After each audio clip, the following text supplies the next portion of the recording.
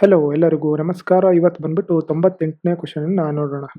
Consider the following statements about Lokpal. First statement: the power of Lokpal applies to public servant of India but not to the Indian public servants posted outside India. Second statement ಬಂದ್ಬಿಟ್ಟು the chairperson or the member shall not be member of the parliament or member of legislature of any state or union territory and only the chief Justice of India, whether incumbent or retired, has to be its chairperson.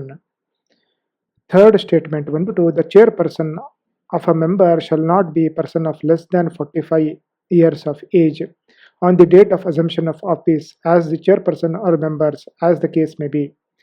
Fourth statement, Lokpal cannot inquire into the allegations of corruption against the sitting Prime Minister of India. Which of the statement given above is or are correct ಅಂತ ಹೇಳಿ ಕೇಳಿದ್ದಾರೆ. ಇದು ಬಂದ್ಬಿಟ್ಟು polity question ಆಗುತ್ತೆ. So 2013ರಲ್ಲಿ Lokpal act ಏನು introduce ಮಾಡಿರ್ತಾರಲ್ಲ ಅದರಲ್ಲಿ ಬಂದ್ಬಿಟ್ಟು ಅದಕ್ಕೆ ಲೋಕ್ಪಾಲ್ಗೆ ಕೆಲವಿಷ್ಟು ಪವರ್ಗಳು ಕೊಟ್ಟಿರ್ತಾರೆ. ಸೊ ಅದರಲ್ಲಿ ಬಂದ್ಬಿಟ್ಟು ಒಬ್ಬನ ಚೇರ್ಪರ್ಸನ್ ಇರ್ತಾನೆ ಮತ್ತೆ 8 ಜನ ಮೆಂಬರ್ಸ್ ಇರ್ತಾರೆ.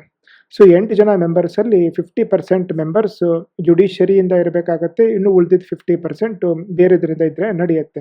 ಸೊ ಮತ್ತೆ ಬಂದ್ಬಿಟ್ಟು ಲೋಕ್ಪಾಲ್ ಅವರು ಇಂಡಿಯನ್ ಸಿವಿಲ್ ಸರ್ವೆಂಟ್, ವೆದರ್ ಇಂಡಿಯಾದಲ್ಲಿ ಇರ್ಬೋದು ಅಥವಾ ಫಾರಿನ್ ಅಲ್ಲಿ ಡೆಪ್ಯೂಟೆಡ್ ಇರ್ಬೋದು, ಅವ್ರ ಮೇಲೆ ಇದು ಮಾಡ್ಬೋದು. ಅಲಿಗೇಷನ್ಸ್ ಏನಾದ್ರು ಆಗಿದ್ರೆ ಪವರ್ ಅಪ್ಲೈ ಆಗತ್ತೆ. ಸೊ ಒಂದನೇ ಸ್ಟೇಟ್ಮೆಂಟ್ ತಪ್ಪಾಗತ್ತೆ.